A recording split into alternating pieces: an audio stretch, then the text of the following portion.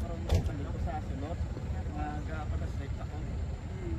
Si mama ko naman na ni Mambal. O patapos ang siga kay kadugay. Ang tapos ang nakita nila kung naglayo, pipantay ko ang dikong gate wala pa dito. Kaya kung ako nag-start sa kalayo, hindi na ako mag-flashlight ta. Okay, Mambal ako. Pitin ako. Nakita ka sa amon bumbiro. Nakita kang kasindi. Nakita di po. Gato ako nga bumbiro. Naulat ko lang sir kani ang isa ka. Nakita ya ka Nunoy. Nunoy dahil lang nakita ya ka. Ya kalayo, ginlagas kanila nalagyo ka.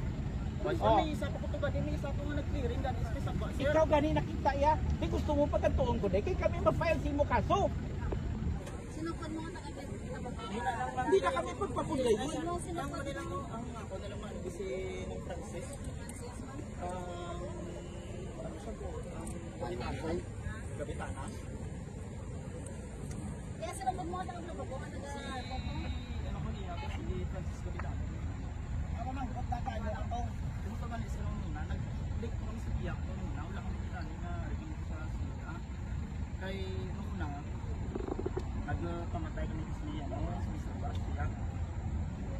Kaya kita niyo man Hindi kini magpakita sila ya. Sir, may dala ako na sila.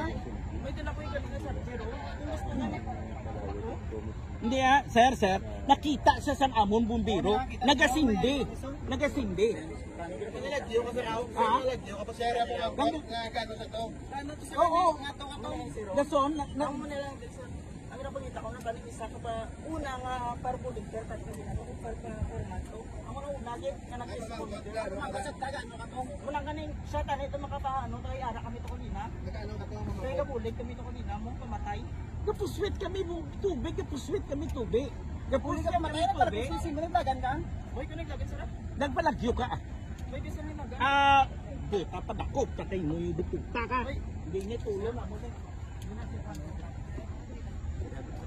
kita ka sa grupo mo ba? Anong isitisin di mo to inapakakita sa ko. Hoy ko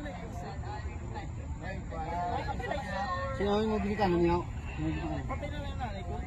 Tapos na ako talaga. Hindi naman ba magkano.